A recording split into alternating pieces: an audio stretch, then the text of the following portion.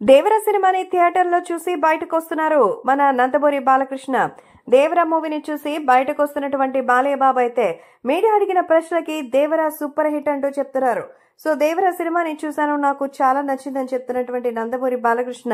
So ప్రస్తుతం ఈ సినిమాని చూస్తుంటే అసలు ఆ మాటలు రావడం లేదని, ఈ రేంజ్ లో ఎన్టీఆర్ సంతోషమైనటువంటి హిట్ కొట్టడం సూపర్ గా అనిపిస్తోంది అంటూ చెప్తున్నారు.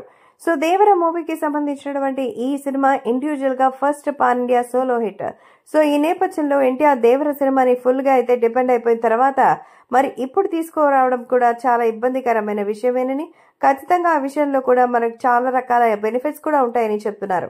అందుకే సోషల్ మీడియాలో సైతం ఈ విషయం ఎంతో సెన్సేషనల్ గా మారుతోంది.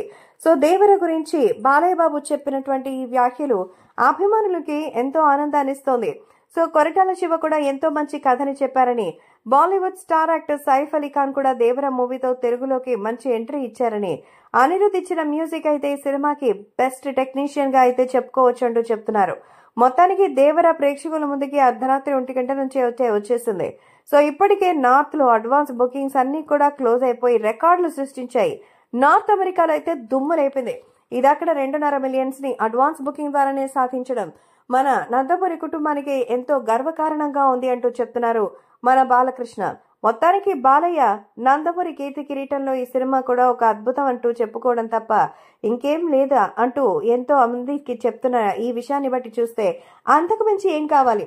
ఎన్టీఆర్ తన పర్ఫార్మెన్స్ తో థియేటర్లో అయితే కుర్చీలో కూర్చొనివ్వడం అంటూ చెప్తున్నారు బాలయ్య.